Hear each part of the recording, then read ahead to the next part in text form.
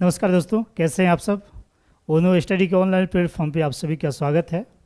जैसा कि हम प्राचीन भारत के वैदिक कालखंड को पढ़ रहे हैं, उससे संदर्भित हमने कल ऋग्वेद को के फैक्ट्स वगैरह को देखा। आज हम उसके राजनीतिक, सामाजिक, आर्थिक और धार्मिक व्यवस्था के बारे में चर्चा करेंगे। उससे संदर्भित क्वेश्चंस बनाएंगे यहाँ और उसे समझने का भी प्रयास करेंगे। ठीक है, तो सबसे पहले हम राजनीतिक व्यवस्था को देखते हैं। तो ऋग्वेदिक समाज की जो राजनीतिक व्यवस्था रही है वो मुख्यतः कबायली संरचना रही है। उस समय ये कंसेप्ट, राजतंत्रात्मक कंसेप्ट विकसित हुआ नहीं था, तो कबायली संरचना रही है और उसी में जो शक्तिशाली हुआ करते थे उनको ही हम मतलब एक तरह से राजा मान लें उन्हें। मतलब चूँकि उस समय जन का ही कंसेप्ट था, ये सारे कबायली जो भी थे वो अपने को जन में बांटे हुए थे। जनपद का कंसेप्ट बाद में आता है।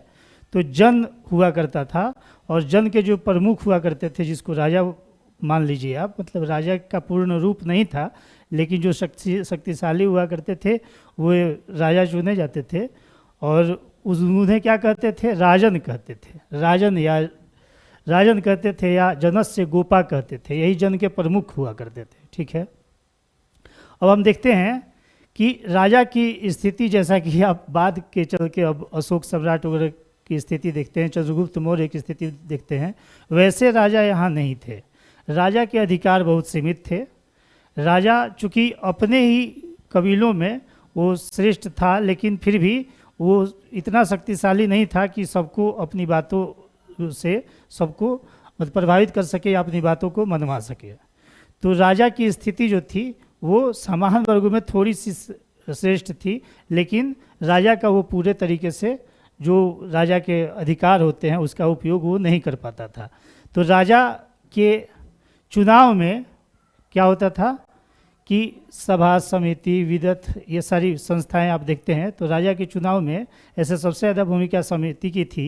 समिति में चूँकि जो कुलीन वर्ग हुआ करते थे उससे संदर्भित सभा में कुलीन वर्ग हुआ करते थे, समिति जो थी वो सामान्य लोगों की संस्था थी। सबसे पहले एक क्वेश्चन ये और देखते हैं हम कि विदत जो है, विदत इसे 5 तरह के यहाँ पे हमें देखने को मिलते हैं, 5 तरह की संस्थाएं, जिसमें सबसे पुरानी विदत है। विदत का ऋग्वेद में 122 बार इसकी चर्चा की गई है। तो विदत जो संस्था थी उसमें भी आप देखेंगे पुरुष और स्त्री यहाँ भी दोनों भागीदारिता किया करते थे, मतलब भागीदारिता यहाँ पे निभाया करते थे विदत में। फिर आया सभा। तो सभा क्या था कि वृद्ध और कुलीन वर्ग का, इसमें उन्हीं की प्रतिनिधि ज़्यादा इसमें हुआ करते थे। तो वृद्ध और कुलीन वर्ग से संदर्भित ये संस्था थी सभा। इसको क्या है, आधुनिक एक क्वेश्चन और देख लीजिए, आधुनिक राज्यसभा के तरह इसकी संरचना देखी जाती है सभा की। ठीक है, अब समिति क्या थी, तो ये चुनाव में महत्वपूर्ण भूमिका, जैसा कि हमने बताया ही आपको, ये एक आम सभा हुआ करती थी और समिति के प्रमुख को ईशान बोलते थे। इसमें महिलाओं की भागीदारिता भी हुआ करती थी, हालांकि सभा में भी महिलाओं की भागीदारिता होती थी, लेकिन ज़्यादा जो है आम सभा है ये, तो यहाँ पे महिलाओं की भागीदारिता हमें देखने को मिलती है। ठीक है, फिर एक संस्था है गण, और इसको देखिए, समिति को हम आधुनिक लोकसभा के तरह देखते हैं। तो समिति जो है आधुनिक लोकसभा की तरह है और सभा क्या है, वो राज्यसभा की तरह है। फिर एक संस्था है गण, इसके प्रमुख को गणपति कहते हैं। ये भी कुलीनों से ही संदर्भित रही है, मतलब कुलीन वर्ग की ही इसमें ज़्यादा आपको प्रतिनिधि देखने को मिलता है। प्रतिनिधित्व के स्तर पे ये कुलीन वर्गों का ही ये संस्था है। और ये समानतः ये भी एक जनसभा ही हुआ करती थी। ठीक है, तो ये एक गण हुआ। और 5वां है परिषद। तो संभवतः परिषद क्या हुआ करता था कि जनजातीय सैन्य संगठन हुआ करता था। हालांकि आगे चल के यही जो सैन्य संगठन जो परिषद है उसका उत्तर वैदिक काल में आप जाएंगे तो वहाँ पे ये बहुत महत्वपूर्ण हो गया है, शक्तिशाली हो गया है। इसके प्रमुख जो हैं वो पुरोहित होते हैं वहाँ, और पुरोहितों का ही मतलब वर्चस्व इस परिषद पे होता है। तो ये चीज़ें हम उत्तर वैदिक काल में पढ़ेंगे। तो ये 5 तरह की सभाएं आपको देखने को मिलेंगी। विदत सबसे प्राचीन, सबसे बड़ी संस्था वही रही है, सबसे प्राचीन रही है। उसका सबसे ज़्यादा बार 122 बार उल्लेख आया है ऋग्वेद में। उसके बाद में सभा है, तो ये भी 8 बार, ये समिति का भी 9 बार। तो इसकी संख्या जो है 1 डिजिट में है, लेकिन सबसे ज़्यादा बार विदत की चर्चा आई है। तो सभा जो है क्या, हमने बताया वृद्ध और कुलीन वर्गों की इसमें भागीदारिता हुआ करती थी। उसी तरह समिति जो है वो आम सभा थी, मतलब उसमें सारे जो कबीला के मेंबर थे वो शामिल हुआ करते थे उसमें। लेकिन समिति का जो महत्वपूर्ण भूमिका क्या हुआ करती थी, तो राजा के चुनाव में इसकी महत्वपूर्ण भूमिका हुआ करती थी। तो ये चीज़ें हमने देख ली परिषद।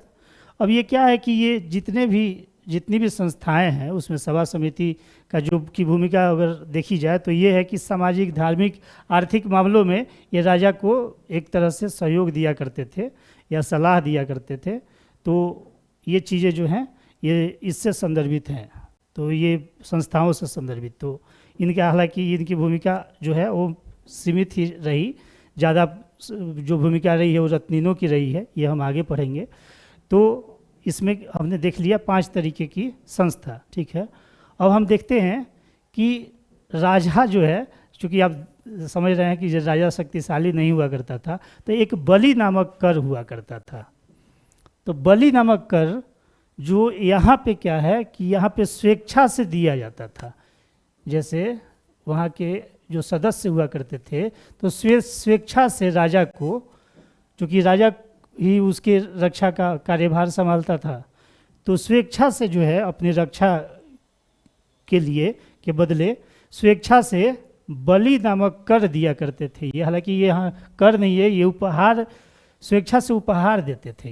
ये कर की चर्चा उत्तर वैदिक काल में, जब बलि उत्तर वैदिक काल में ये कर के रूप में हो जाता है, तो वहाँ पे जो है वो मतलब एक तरह से ये समझ लीजिए कि वो देना ही है। तो वहाँ की पब्लिक जो है वो बलि जो देगी कर के रूप में, वो जो है देना उनकी मजबूरी भी रहेगी। तो ये उत्तर वैदिक काल में जाके ये राजा जब ज़्यादा शक्तिशाली हो जाता है, और एक तरह से देखें आप तो जनपद का वहाँ रूप दिखता है, तो राजा की शक्तिशालीता वहाँ पे जो है बलि रूप में मतलब कर लेने पे बाध्य करती हैं।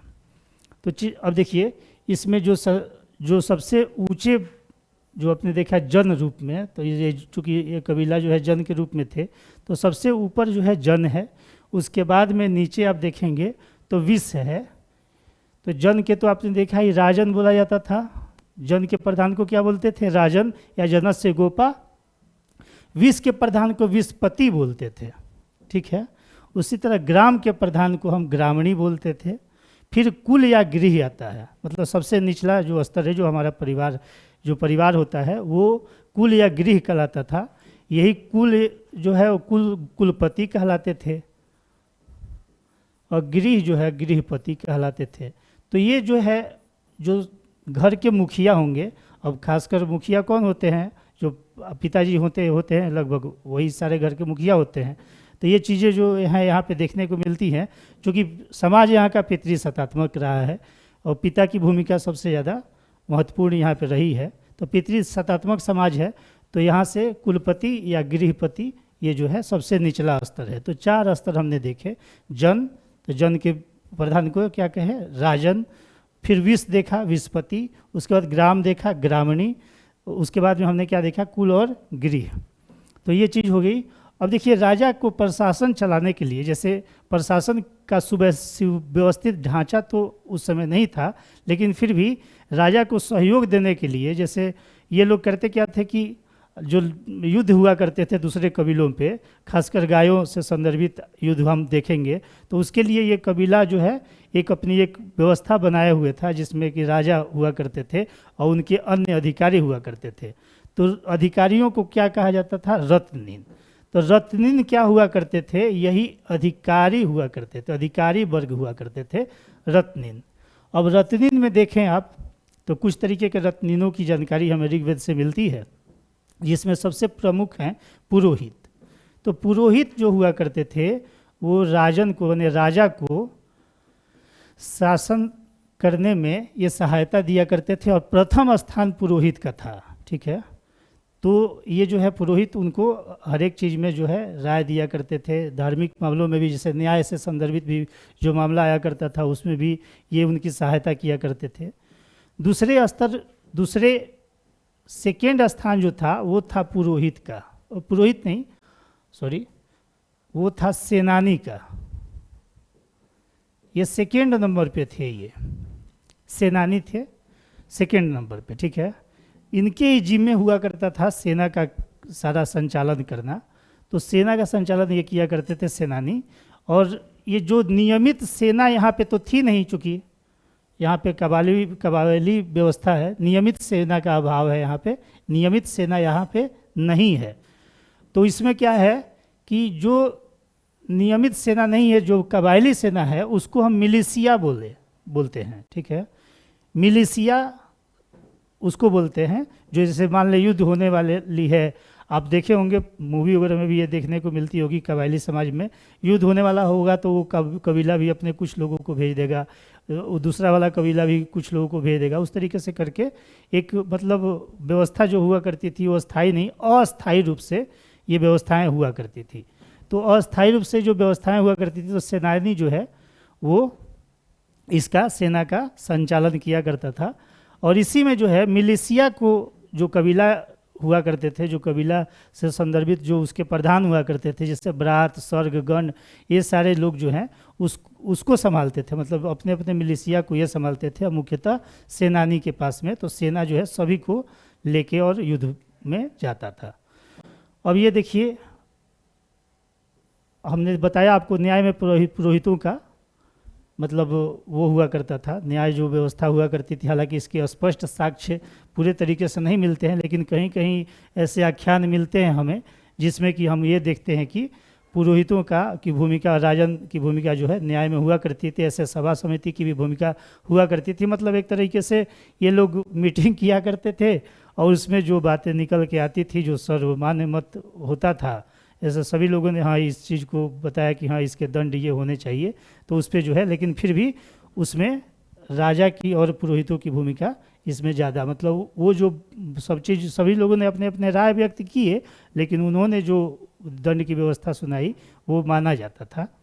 तो ये चीज़ हमको यहाँ से मिलता है, ठीक है। अब कुछ हम अधिकारियों की जो रत्नीन बोले जाते हैं, जो अधिकारी है वर्ग हैं उनको अधिकारी वर्ग को रत्नीन बोला जाता है। तो कुछ अधिकारियों के नाम हम देखते हैं। जैसे ग्रामणी जो होता था वो ग्राम का प्रधान हुआ करता था, मुखिया की तरह। वो वहाँ के सैन्य और प्रशासन को संभाला करता था, प्रशासनिक व्यवस्था भी संभालता था, सैन्य व्यवस्था भी संभालता था, ठीक है। इसी तरीके से पूरब की चर्चा मिलती है। पूरब कौन है? दुर्गपति। जैसे दुर्ग बनाए जाते थे उसके रक्षा का कार्यभार जो है वो पूरब संभालते थे। उसी तरह अस्पस हुआ करते थे। अस्पस क्या है? गुप्तचर हैं ये। तो अस्पस, अब गुप्तचर की व्यवस्था आप देखिए बहुत पहले से ही आपको, मतलब ऋग्वैदिक काल से ही उसकी चर्चा आपको देखने को मिलती है। हालांकि ये चीज़ें आके मौर्य काल में आप देखेंगे, उत्तर वैदिक काल में भी आप देखेंगे तो इसकी जो है दायरा बढ़ता है, मतलब थोड़ा सा इसमें बहुत सारे तरीके के गुप्तचर जुड़ते हैं, लेकिन मौर्य काल में इसकी परिणति जो है सर्वोच्च स्तर पे जाके देखने को मिलती है। उसी तरीके से हम रथकार को देखते हैं। रथ बनाने वाले जो थे उनको रथकार कहा जाता है। उसी तरह कर्मकार को देखते हैं, ठीक है। अब देखिए एक शब्द आया है जीवग्रीव। तो जीवग्रभ जो आया है शब्द, वो शब्द अपराधी से संदर्भित आया है। जैसे अपराधी को हम जीवग्रभ वहाँ पे चर्चा है, और पुलिस के रूप में उग्र की चर्चा है, मतलब उग्र को पुलिस के रूप में देखते हैं हम। तो अपराधियों को पकड़ने के लिए भी एक व्यवस्था की गई थी, जिससे संदर्भित हमने दो आपको शब्द बताए। तो उसके बाद में एक उपस्थि और इभ्य थे। उपस्थि और इभ्य कौन थे? कि जो राजा हुआ करते थे उनके जो व्यक्तिगत, जो उनके आप समझ लीजिए बॉडीगार्ड, उस तरह के अधिकारी को क्या कहते थे हम? उपस्थि या इभ्य कहते थे, ठीक है। अब देखिए रत्नीनों में जो है मुख्यतः शामिल कौन कौन से हैं? सेनानी, ग्रामीण, सूत और कर्मकार, ये रत्नीनों में मुख्यतः शामिल हैं, ठीक है। तो ये चीज़ हमने देखी और वो हमने देखी थी, मतलब से पुरोहित और सेनानी, ये तो खैर सबसे ऊंचा वर्ग ही था। तो ये हमने देखा क्या, इसकी राजनीतिक व्यवस्था देखी। तो हमने क्या समझा कि इस समय चूँकि समाज जो है कबायली संरचना पे आधारित था, राजा जो है शक्तिशाली नहीं था, राजा जो है इन्हीं कबीलाओं की मदद से शासन किया करता था। तो उस समय क्या है कि ये व्यवस्था अभी तक जनतंत्रात्मक या राजतंत्रात्मक कोई इसी तरह की व्यवस्था नहीं थी। समाज जो था वो समतामूलक था, भेदभाव से जो है मुक्त था।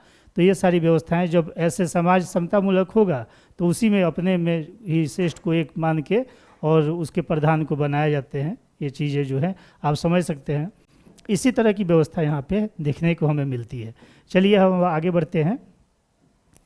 आगे जो है इसके सामाजिक जीवन को देखते हैं। तो ऋग्वैदिक काल के सामाजिक जीवन से संदर्भित कुछ चीज़ों को देखिए आप। जैसे हमने अभी बताया कि समाज क्या था, समतामूलक व्यवस्था पे आधारित समाज था। कोई ऊंचा कोई नीच नहीं था, कोई मतलब उच्च वर्ग या निम्न वर्ग ये सारे नहीं थे, समतामूलक समाज था। भेदभाव की यहाँ पे भेदभाव की अनुपस्थिति हम देखते हैं। यहाँ पे चूँकि जाति व्यवस्था नहीं अभी पनपी थी, मतलब जाति व्यवस्था का उदय यहाँ नहीं होता है।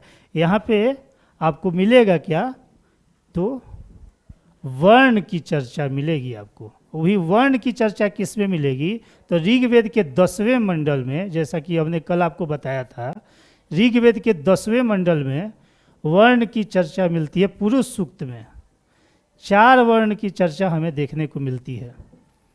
ठीक है, 4 वर्ण की चर्चा देखने को मिलती है, जिसमें ब्राह्मण, क्षत्रिय, वैश्य और शूद्र, ये 4 वर्ण की चर्चा हमें पहली बार 10वें सूक्त में मिलती है। और ये 10वां सूक्त हमने कल ही बताया था कि 10वां सूक्त सबसे पुराना है। ठीक है, तो 10वें सूक्त में आके ये चीज़ें आपको मिलेंगी वर्ण के आधार पे।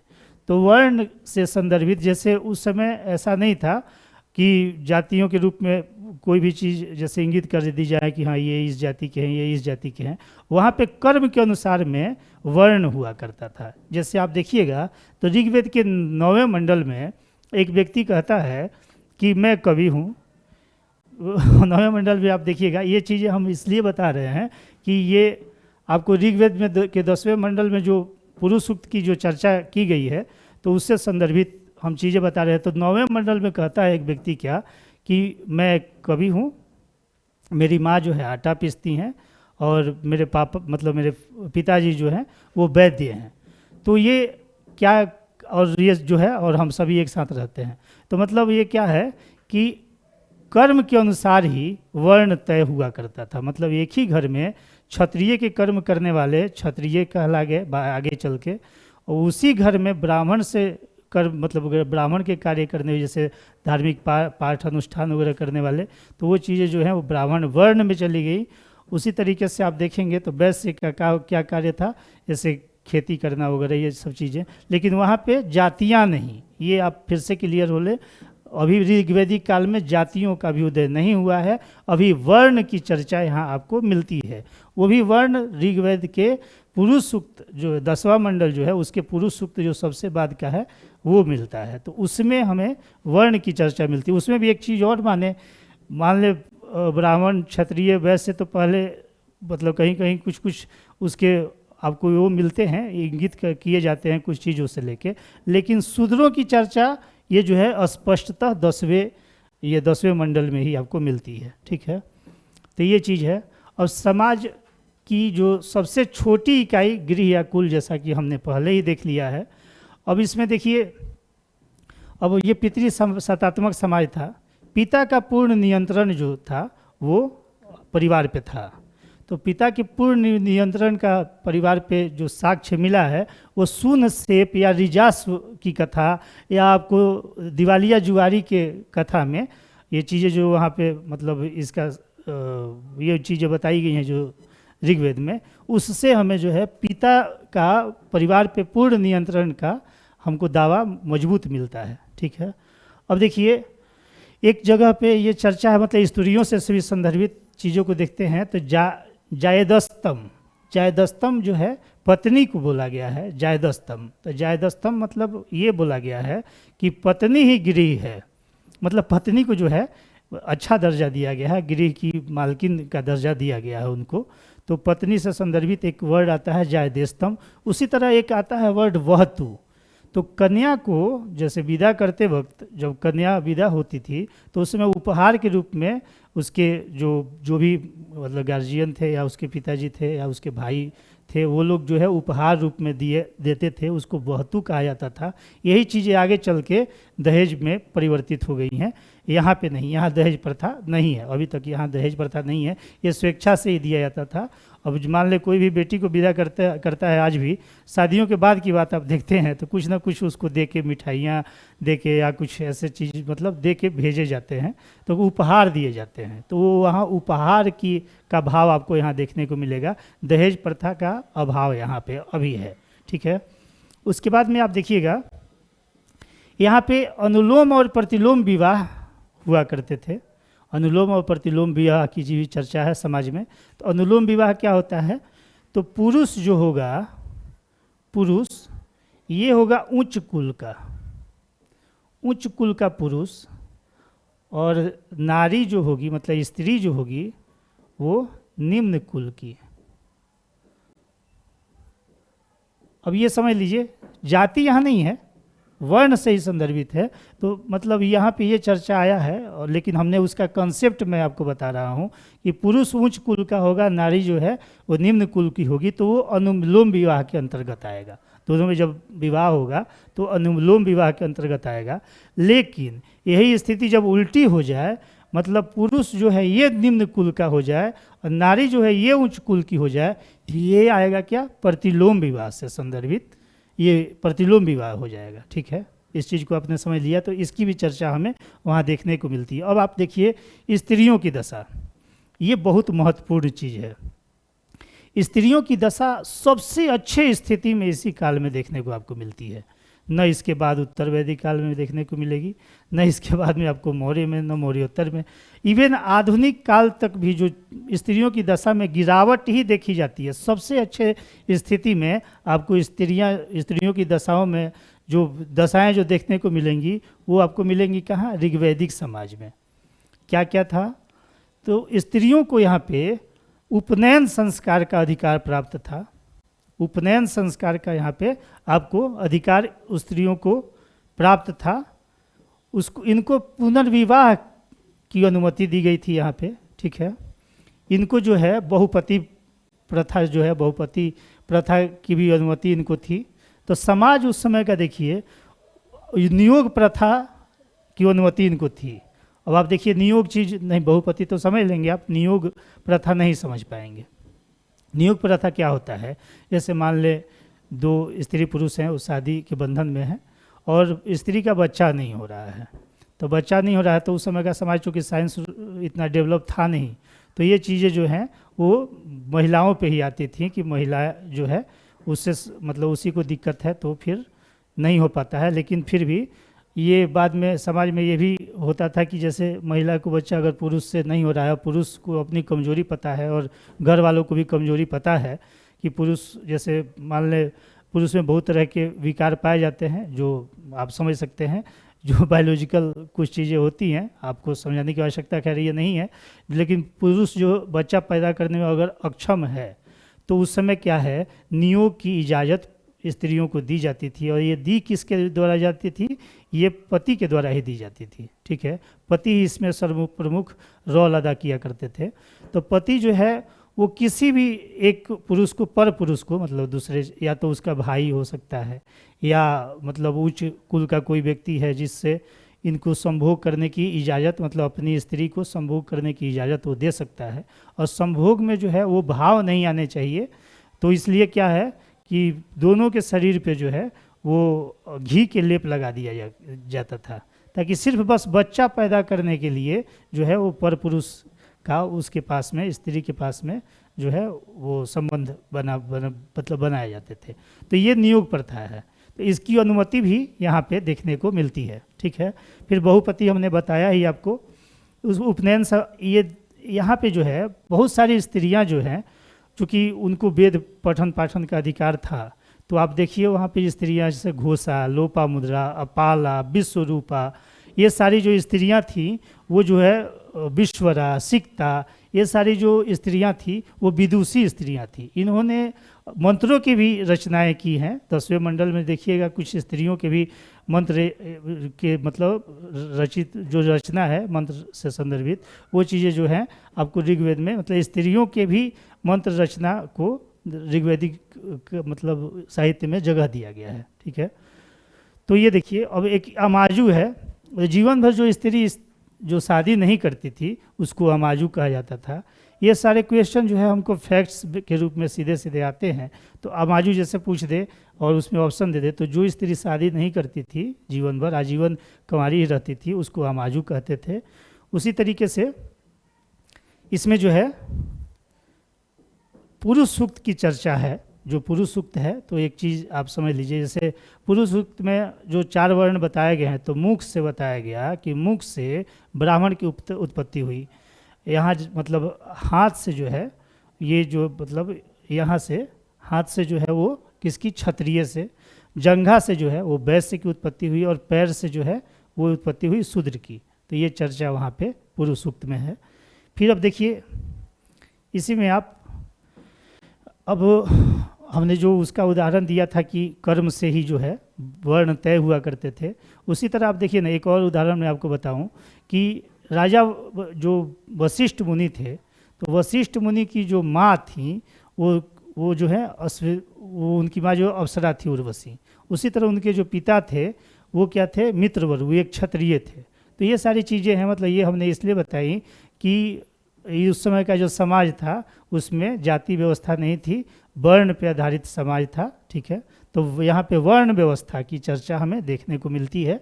जैसा कर्म, तो कर्म के अनुसार ही वर्ण तय किए जाते थे, मतलब उसी के अनुसार वर्ण होते हुआ करते थे। अब देखिए खान पान से संदर्भित चीज़ों को देख लेते हैं। तो खान पान जैसे समाज में जो शाकाहारी भी वर्ग था और मांसाहारी भी वर्ग था। शाकाहारी वर्ग में अब देखिएगा तो क्षीर पाकदम, ये क्षीर पाकदम ये जो है क्षीर पाकदम ये हुआ करता था किस चीज़ का, तो जौ और इसमें दूध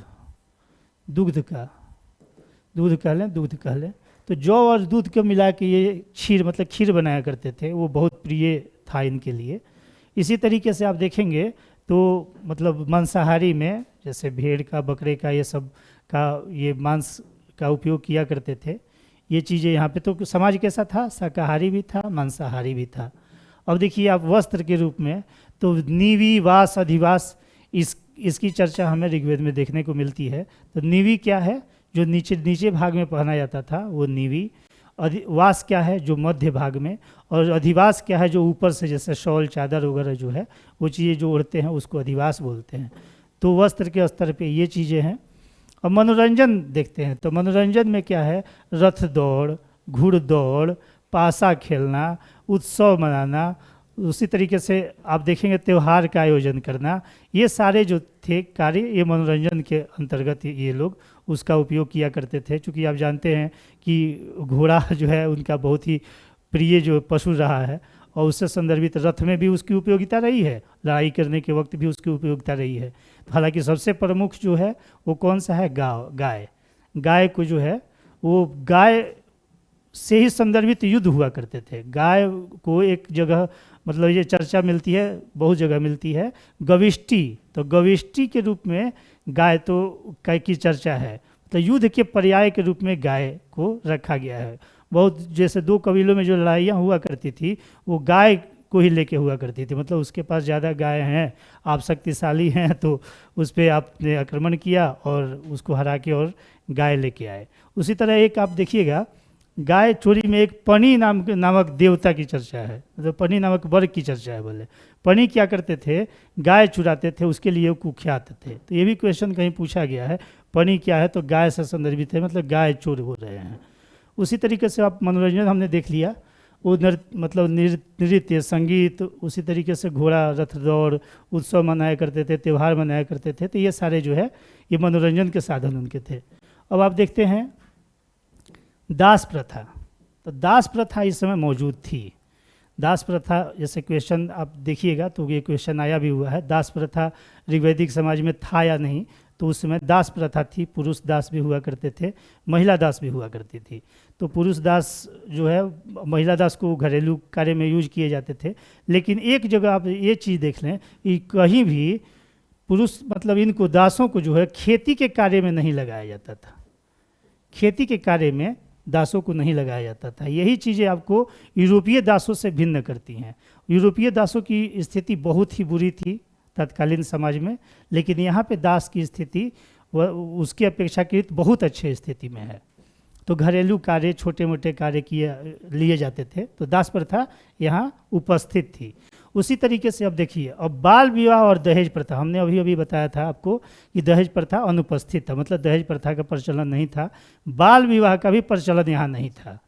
मतलब बाल विवाह देखिए ना, आगे चल के आगे के काल में देखिएगा बाल विवाह बहुत मतलब ऊंचे स्तर पे बाल विवाह जो है हर एक जगह प्रचलित आपको देखने को मिलेगा। लेकिन यहाँ पे बाल विवाह नहीं है। समाज जो है यहाँ बहुत ही प्रोग्रेसिव है, चूँकि समाज में जो है समतामूलक समाज है। अभी अभी बहुत सारे प्रयोग किए जा रहे हैं। ये सारी चीज़ें जो है यागिक कर्मकांड बहुत तरह के बांध दिए गए आगे, उससे भी उत्पत्ति इसकी हुई है बाल विवाह की। ठीक है, तो बाल विवाह नहीं, दहेज प्रथा नहीं। अब हमने बताया था आपको प्रतिलोम अनुलोम विवाह। तो ये चीज़ें जो हैं कुछ मुख्य बिंदु हैं जो सामाजिक व्यवस्था में हम देखने को हमको मिलता है। ठीक है, अब आगे चलते हैं। अब इसके आर्थिक जीवन से संदर्भित कुछ चीज़ों को देखते हैं। हालांकि ये सारी चीज़ें जो है कंसेप्चुअल पार्ट ही हैं, लेकिन इसी में बीच बीच में आपको फैक्ट बेस्ड भी क्वेश्चन आपको मिलते रहेंगे। तो आर्थिक जीवन में सबसे ज़्यादा महत्वपूर्ण चीज़ें यहाँ पे क्या है? पशुपालन। अभी भी कृषि जो है वो मुख्य पेशा नहीं बन पाई है। कृषि जो है मुख्य पेशा नहीं है, अभी मुख्य पेशा नहीं, ये अभी कृषि जो है मुख्य पेशा नहीं है। हालांकि उसकी चर्चा मिलती है, लेकिन सबसे महत्वपूर्ण है पशुपालन। और क्यों है आप ये भी समझ लीजिए। चूँकि गाय जो है वो महत्वपूर्ण पशु हुआ करती थी। गाय को अघन्या भी बोलते हैं, मतलब गाय को आप नहीं मार सकते हैं। गाय अगर आपने अगर गाय को मारा तो उसके लिए बहुत ही मतलब बड़ी सजा हुआ करती थी। तो गाय को अघन्या भी कहा गया है। ठीक है, तो गाय से संदर्भित ये चीज़ है, अघन्या कहा गया है। तो पशुपालन ही महत्वपूर्ण यहाँ रहा है। और पशुपालन जो है इसके लिए चारागाह जो है, चारागाह भूमि के रूप में कृषि की चर्चा हम देखते हैं। मतलब गाय के लिए चारा वो जैसे उपजाना है, तो उससे संदर्भित हम कृषि की चीज़ों को देखते हैं। लेकिन हाँ, पूरे तरीके से उत्पादक वर्ग है ऐसा हम नहीं। अगर उत्पादक वर्ग होता तो उसमें हम जो है बहुत सारे फसलों के हम आज पढ़ रहे होते। तो इसी तरीके से देखिए, अब श्लोक के रूप में मात्र कृषि से संदर्भित 24 ही श्लोक आपको यहाँ पे देखने को मिलेंगे। ये भी चीज़ें इंगित करती हैं, ये बात बताती हैं कि कृषि की भूमिका जो है यहाँ पे बहुत ही कम है। तो उस तरीके से आप देखिए, अब इससे संदर्भित कुछ चीज़ें आप देखिएगा। एक पशुपालन का 176 बार चर्चा ऋग्वेद में मिलता है और 24 बार किसका मिलता है? तो ये कृषि का मिलता है। तो पशुपालन देखिए यहाँ भी है, मतलब श्लोक के भी स्तर पे, मंत्रों के स्तर पे भी सबसे ज़्यादा महत्वपूर्ण भूमिका पशुपालन की रही है। अब देखिए आप क्षेत्र, जैसे खेत से संदर्भित कुछ वर्ड्स हैं ऐसे जो कि ऋग्वेद में वर्णित हैं और वो जो है वो क्वेश्चन पूछे जाते हैं। तो जूते हुए क्षेत्र को क्षेत्र बोलते थे। क्षेत्र किसे बोलते थे? जूते हुए खेत को। उसी तरीके से उर्वरा भूमि को, उपजाऊ भूमि को उर्वरा बोलते थे। उसी तरह सीता भूमि को, मतलब हल जो है उपजाऊ भूमि पर जो हल चला के जो खेती की जाती थी उसको सीता भूमि बोलते थे। लांगल क्या है? लांगल हल है। लांगल हल से उसकी साम्यता है, मतलब हल को लांगल बोलते थे। उसी तरह बैल को ब्रिक बोलते थे और हलवाहा को जो हल चलाने वाले हैं उसको किवास बोलते थे। तो ये सारे टर्म्स हैं, ये सारे टर्म्स जो हैं क्वेश्चंस आते हैं। तो ये सारी, जैसे सीता भूमि हमने बताया आपको, चरा जो मतलब उपजाऊ भूमि जिस पे वो चलाए जाते थे, हल चलाए जाते थे, उसको बोलते थे। उर्वरा आपने समझ लिया, उर्वरा तो आज भी वही चीज़ है। और क्षेत्र जूता हुआ खेत है, लांगल जो है हल है, किवास हलवाहा है और ब्रिक क्या है? ये बैल है। अब देखिए इसके 10वें मंडल में, ऋग्वेद के 10वें मंडल में आपको खेती प्रक्रिया की जानकारी मिलती है। और खेती प्रक्रिया 10वां मंडल आप जैसा मैंने अभी फिर से पहले ही बोला कि 10वां मंडल सबसे बाद का है, तो 10वें मंडल में जाके खेती प्रक्रिया की आपको जानकारी मिलती है। ठीक, तो ये भी क्वेश्चन है, अगर मान ले आपसे पूछे कि ऋग्वेद के कौन से मंडल में खेती प्रक्रिया की जानकारी मिलती है, तो वो 10वां मंडल है हमारा। ठीक है, अब उद्योग के स्तर पे आते हैं। तो उद्योग में चूँकि कृषि जो है, कृषि हमारे प्राथमिक क्षेत्र के अंतर्गत आती है, जैसा आप जानते ही हैं, तो कृषि की स्थिति जो है वो यहाँ पे ठीक नहीं है। मतलब कृषि उतने व्यापक पैमाने पे या कृषि से संदर्भित बहुत सारे फसलों के आपको साक्ष्य भी यहाँ पे नहीं मिलेंगे। तो कृषि जो है वो एक तरीके से समझिए बहुत ही कम ही क्षेत्र में हुआ करती थी। तो कृषि जब जब वहाँ पे उन्नत व्यवस्था में नहीं है, तो द्वितीय सेक्टर जो है वो कैसे मतलब उसको सपोर्ट करेगा। तो पहला ही सेक्टर तो द्वितीय सेक्टर को बढ़ाता है। तो इसलिए उद्योग से संदर्भित जो है आप देखेंगे प्राथमिक सेक्टर ही इसका न्यूनतम स्तर पे है। इसलिए यहाँ पर उद्योग में कुछ चीज़ों को देखेंगे, जैसे बढ़ईगिरी को देखेंगे, कर्मकार को देखेंगे, रथकार को देखेंगे, सूतकार को देखेंगे, ये सारे आपको यहाँ पे उद्योग के रूप में मिलेंगे। उद्योग क्या है कि इसका उद्योग आंतरिक ही है। जैसे आपने हड़प्पा में देखा था कि उसका उद्योग जो था, मतलब उसके व्यापार जो औद्योगिक व्यापार हुआ करते थे वो आंतरिक भी थे और बाह्य भी थे। मतलब वहाँ पे मेसोपोटामिया से भी हम देखते हैं, वहाँ से भी व्यापार हुआ करता था, इराक से भी व्यापार हुआ करता था, मिस्र से भी व्यापार हुआ करता था। ठीक है, क्योंकि वो उसके वहाँ के वस्तुएं यहाँ मिली हैं और यहाँ की वस्तुएं वहाँ मिली हैं। वो भी उसके बाद में वहाँ पे बोगजकोई में अभी लिखित साक्ष्य वगैरह भी मिला है। तो स्पष्टता साक्ष्य उसके मिले हैं कि हमारे व्यापार जो थे वो वैदेशिक व्यापार भी थे। लेकिन यहाँ पे आपको ऋग्वेद में इस विदेश व्यापार की कोई चर्चा नहीं है। यहाँ पे सिर्फ आपको आंतरिक भी व्यापार मिलेंगे, लेकिन वो भी जो है सीमित अवस्था है उसकी रही है। ठीक है, अब देखिए धातु में देखते हैं।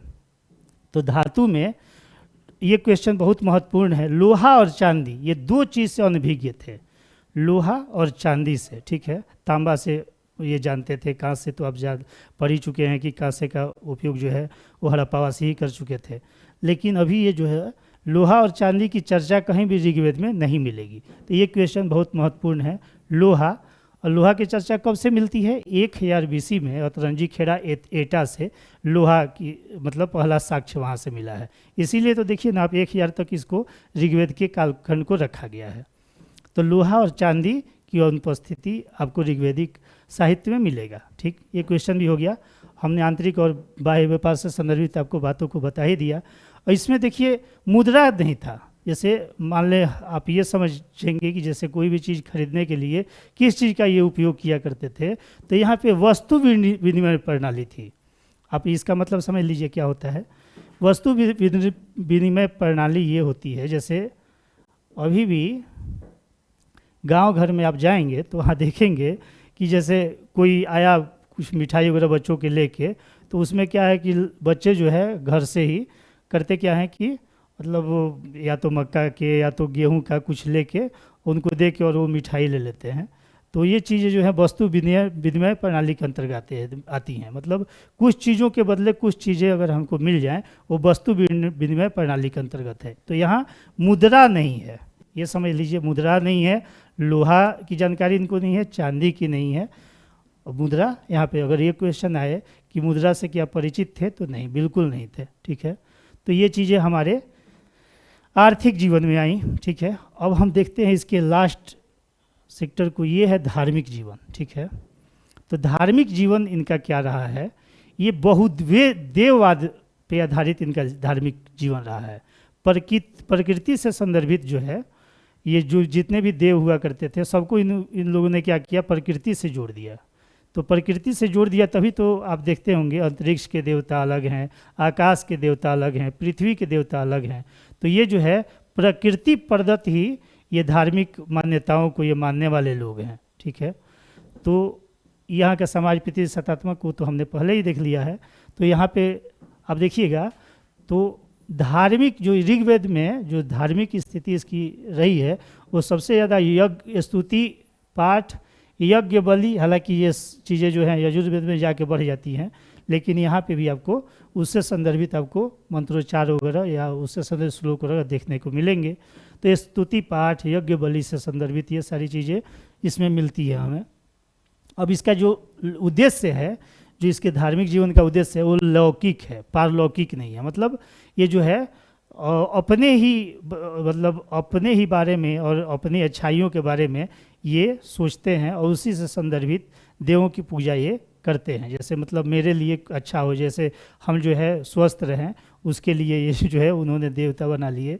हम जो है मतलब हमें सुख समृद्धि, हमें संतान की प्राप्ति हो, उससे संदर्भित इन्होंने अपने देवता बना लिए। तो ये सारी चीज़ें तो लौकिक, ये पारलौकिक नहीं, लौकिक सत्ता में विश्वास रखने वाले लोग हैं।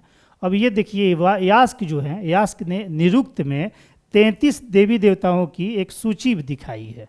यास्क निरुक्त में, यास्क की रचना है निरुक्त। तो जो हम 3 भागों में इसको बांटते हैं, आकाश देवता, अंतरिक्ष देवता, पृथ्वी देवता, ये यास्क नहीं बताई है, ठीक है। आकाश देवता में कौन कौन है? ध्यो। तो ध्यो जो है ये सबसे प्राचीन देवता हैं। ये क्वेश्चन आप देख लीजिए। सूर्य हैं, वरुण हैं, मित्र हैं, पूषण हैं, विष्णु हैं, उषा, सविता, अश्विन, ये सारे लोग जो हैं ये आकाश देवता के अंतर्गत आते हैं। ये क्वेश्चन पूछ दिया जाता है कि सविता देवी जो है, मतलब सविता जो है वो किस मतलब देवता के अंतर्गत आती हैं इसमें, तो ये आकाश देवता के अंतर्गत ये आती हैं। तो इसी तरह अंतरिक्ष में देखिए, अंतरिक्ष देवता के रूप में तो इंद्र हैं, मारुत हैं, रुद्र हैं, वायु हैं, पर्जन्य हैं और आप हैं, ये सारे अंतरिक्ष के देवता हैं। अब पृथ्वी देवता के रूप में देखिए तो पृथ्वी तो एक खुद हो गई, एक दूसरी अग्नि, सोम, बृहस्पति, सरस्वती, अरण्यानी, तो ये जो है पृथ्वी देवता के अंतर्गत ये लोग आते हैं, ठीक है। ये चीज़ें जो है पूछ दी जाती हैं, उसमें बड़ी कन्फ्यूजन होता है, थोड़ा सा इसको आप वो करके और देख लीजिएगा। अब देखिए इसमें भी आप देखिएगा तो सबसे प्रथम स्थान, ये क्वेश्चन बहुत बार पूछा गया है, ऋग्वेदिक काल का सब सर्वप्रमुख जो देवता हैं वो कौन है? तो इंद्र हैं। इंद्र हैं इसलिए कि इन पे जो है 250 इन पे श्लोक हैं इसमें, ठीक है। इंद्र पे 250 हैं। सेकेंड नंबर पे अग्नि है जिन पे 200 श्लोक, मतलब 200 रचना उन पे देखने को मिलती है श्लोकों की। अब देखिए इंद्र को क्या बोलते हैं, ये क्वेश्चन पूछता है। पुरंदर भी बोलते, मतलब इंद्र को पुरंदर बोलते हैं, वृतासुर हंता बोलते हैं, पुरभीद बोलते हैं, सोमपा बोलते हैं। पुरभीद क्या? किलो को तोड़ने वाला को पुरभीद बोलते हैं। सोमपा कौन? तो सोम का ज़्यादा पान करने वाले को, जो आपने 9वें मंडल में देखा, सोम रस जो मुजवन पर्वत से निकाला जाता था, तो वो सोमपा बोलते हैं, पुरभीद बोलते हैं, वृतासुर हंता बोलते हैं, मतलब राक्षस वृतासुर का इन्होंने वध किया इंद्र ने, तो वो बोलते हैं। यहाँ पुरंदर इनको बोलते हैं, किलो को तोड़ने वाला। तो ये चीज़ें जो हैं इंद्र से संदर्भित हैं। तो ये नाम हैं इंद्र के।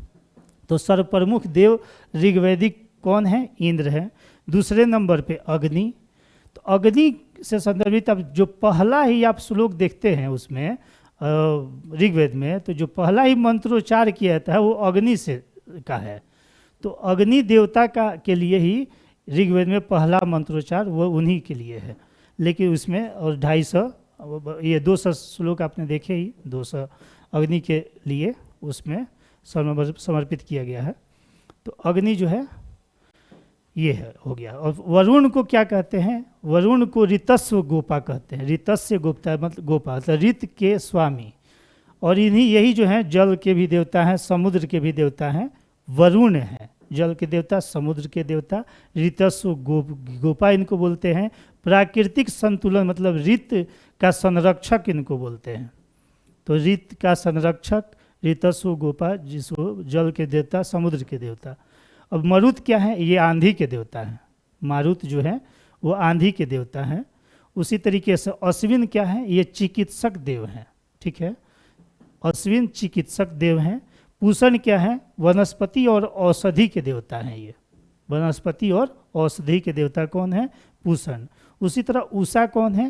जैसे प्रातःकालीन की ये देवी है, मतलब प्रातःकालीन जब सूर्य उगता है ना, उस समय कहते हैं कि उषा काल है ये, ठीक है। तो उषा जो है वो प्रातःकालीन सूर्य के रूप में इनको दर्शाया गया है। सविता क्या है? जैसे सूर्य उग गया उस समय सविता बोला जाता है। और यहीं पे आप देखिए ना, आपको गायत्री मंत्र जो है किसको समर्पित है? सविता देवी को। तो ये चीज़ें हैं, सविता ये गायत्री मंत्र इनको समर्पित है, सविता देव को। ठीक है, तो हमने धार्मिक जीवन को देख लिया। तो इसमें ये चीज़ें जो हैं हमारे ऋग्वैदिक समाज से संदर्भित चीज़ों को हमने देखा आज। राजनीतिक व्यवस्था, उसके सामाजिक व्यवस्था को देखा, धार्मिक व्यवस्था, उसकी आर्थिक व्यवस्था को देखा। तो ये चीज़ें जो हैं ऋग्वेद हमारा यहाँ पे इसका समापन होता है। अब हम नेक्स्ट क्लास में उत्तर वैदिक काल को आपको उसके फैक्ट्स और इसी तरीके की व्यवस्थाएं जो भी रही हैं वो समझाएंगे और उससे सारे फैक्ट्स आपको बताएंगे। तो चलिए दोस्तों, फिर अगले नेक्स्ट क्लास में हम मिलते हैं और अगले समय जो है उत्तर वैदिक काल हम पढ़ेंगे। Thank you so much.